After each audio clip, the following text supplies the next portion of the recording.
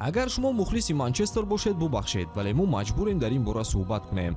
чаро имрӯзҳо Манчестер ба ҷое табдил ёфтааст ки истеъдодҳои англисӣ он ҷо мемиранд. дар гузашта Манчестер макони орзуҳо барои футболбозони англисӣ буд. бозингарон он ҷо мерафтанд то нишон диҳанд ки дигар дар сатҳи баланд расидаанд. дар чемпионати Аврупо соли 2004 тақрибан 20 сол пеш дастаи Англия пур аз бозингароне буд ки дар Манчестер бозӣ мекарданд. аз Дэвид Джеймс то бародарон Невил, Пол Сколс ва Ники Бат. агар Уэйн Руниро ки ҳамон тобистон ба Манчестер омад ва Дэвид Бекхемро ки як сол пеш аз он ҷо рафт илова кунем, рӯйхат боз ҳам калонтар мешавад.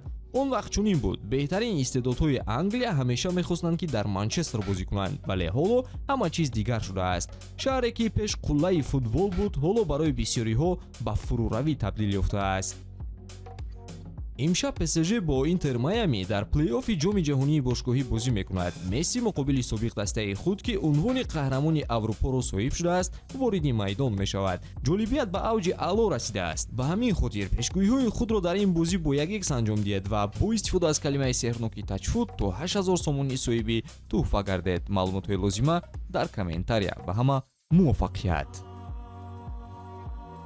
пештар Сити ва Юнайтед ҳамеша бозингарони асосии тими миллиро медоданд, вале дар давати охирини тими миллии Англия ягон бозингари Манчестер Сити ё Юнайтед набуд. ҳатто як нафар ҳам не. пас савол ба миён меояд ки ба сари Манчестер чӣ омадааст? чаро дастаи бузурги футболи Англия ба чунин ҳол афтодааст? оё Манчестер воқеан ба қабристони истеъдодҳои англисӣ табдил ёфта истодааст? биёед фикр кунем. беҳтарин истеъдодҳои Англия дар айни замон киҳоянд? Ҷуд Беллингем, Кол Палмер, Букайо Сака, Деклан Райс, Эзе, Гибс Уайт, Трент, Рис Джеймс, Луис Скелли, вале ҳеҷ кадоме аз онҳо дар клубҳои Манчестер бозӣ намекунанд. аксари бозингарони ҷавони англис маҷбур мешаванд ки Манчестерро тарк кунанд то ном бароранд. Кол Палмер, Морган Роҷерс, Майкл Олис, Лиам Делап, Ҷейдан Санчо. ин рӯйхат давом дорад. шояд шумо гӯед ки буҳрони Манчестер Юнайтед дар даҳаи охир сабаби ин аст ва то андозаи рост мегӯед. бале, Манчестер Сити ба як қудрат табдил ёфт. 4 бор пайҳам Премер-лигаро бурд ва ҳатто требли аврупоиро гирифт. аввалин маротиба пас аз ҳамсояашон дар соли 1999. вале агар ба бозингарони англис назар кунем ки дар ин давра дар Манчестер Сити бозӣ карданд, ҳамаашон ба коҳиш дучор шуданд. пас мушкилӣ дар чист? шояд обу ҳаво? бисёриҳо аз ҷумла бозингарон аз ҳавои Манчестер шикоят мекунанд. Налито гуфт ки рӯи духтараш дар давоми 11 моҳ ранги дигарро гирифтааст.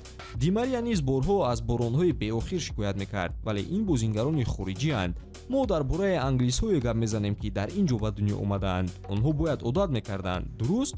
аммо шояд ҳамин обу ҳаво ба касе мисли Люк Шоу ҳам таъсир расонида бошад.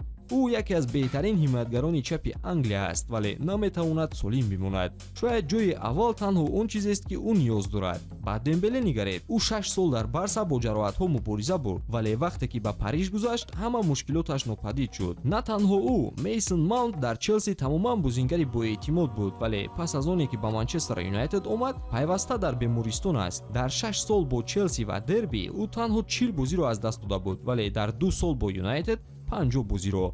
Ҷон Стоунс дар Эвертон ҳамеша солим буд, вале дар Манчестер қариб ҳар мавсим бо ҷароҳат дард мекашад. шояд масъала дар мухлисон бошад. бисёриҳо мегӯянд ки мухлисони Манчестер хело токсикӣ ҳастанд. худи сокинон бошанд мегӯянд ки стандарти мо баланд аст. бозингароне мисли Пол Погба, Решфорд ва Гарначо ки аз академия баромадаанд, ҳама аз тарафи мухлисон таъна медиданд агар формаашон каме поён мерафт. Ҷо Хартро Манчестер Сити чӣ гуна хориҷ кард?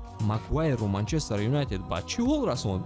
ин ҳама услуби Манчестер шудааст. ҳатто нархи шумо, номи шумо, обрӯи шумо ҳеҷ чиз наҷот намедиҳад агар талаботро қонеъ накунед. пас ин чиро нишон медиҳад? фишори зиёд, интизориҳои беандоза, нархи баланд, ин ҳама касб ва рӯҳияи бозингаронро мекушад. хулоса, омилҳои зиёд вуҷуд доранд ки шаҳр медиҳанд чаро Манчестер дар солҳои охир қабристони истеъдодҳои англисӣ шудааст. аммо ба назари шумо сабаби асосӣ дар чист? обу ҳаво, мухлисон, муваффақият, фишори баланд ё ягон чизи дигар? андешаатонро дар комментария нависед. ба ҳамин тавон дӯстон, хайр.